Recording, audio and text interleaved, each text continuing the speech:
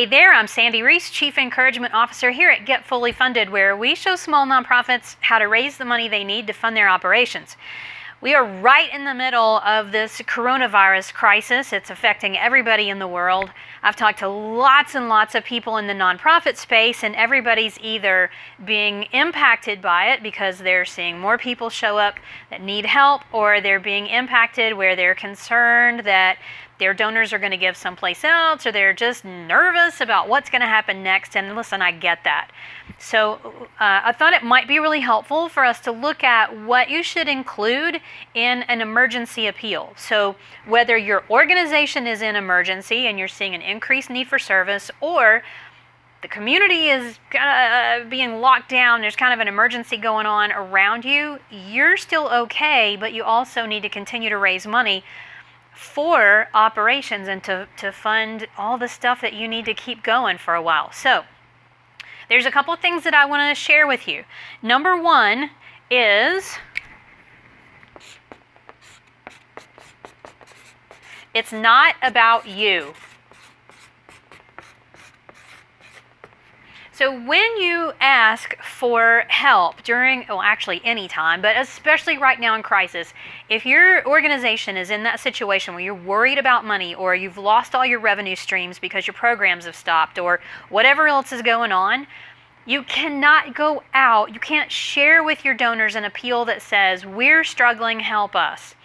Because the truth is, your donors don't necessarily care about your organization, they care about what your organization makes possible.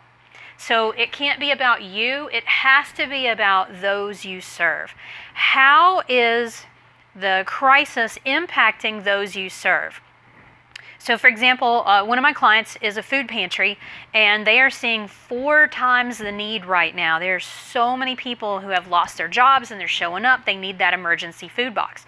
So their emergency appeal can't be all about them. It can't be help us. It needs to be you can help put an emergency food box on the table of a family who's struggling. So we got to keep it focused on those you serve. The next thing is make a specific ask.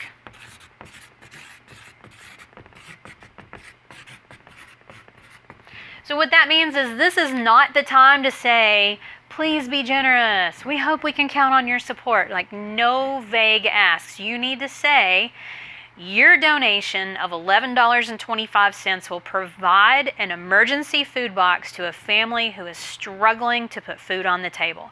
So you need to be real specific. If you've watched my video on core number, or you've read our blog post, you know what that is. It's an expression of what it costs you to deliver that unit of service, that very specific item.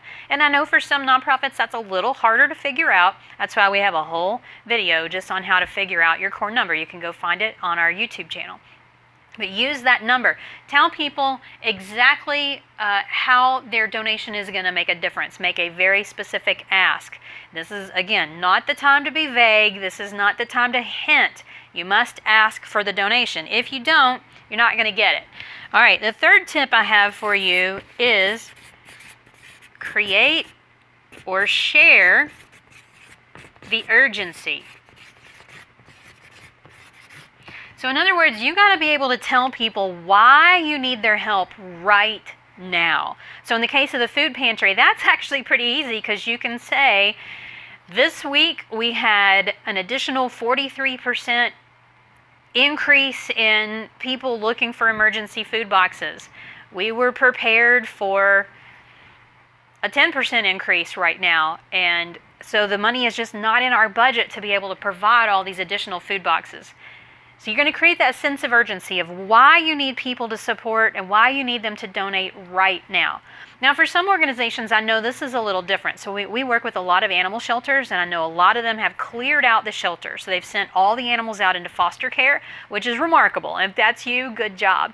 So what you have to do, and for some other organizations, if there's not that sense of urgency right now, you have to figure out what is the sense of urgency. So if your animal shelter has sent all the animals out and you don't have any in the shelter, you still have to pay to keep the shelter operational, because this crisis is not going to last forever.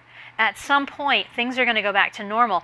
and you know that you're going to be inundated with animals coming into the shelter, because right now the ones that normally would be coming in are just out there. They're stray or they're whatever.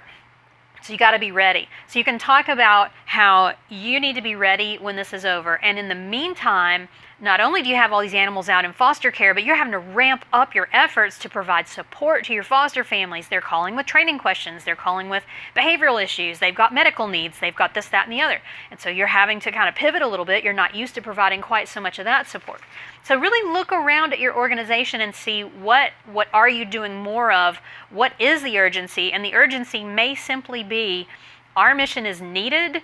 We need to be ready when things return to normal so that we can be here to provide these services that make a difference in the world.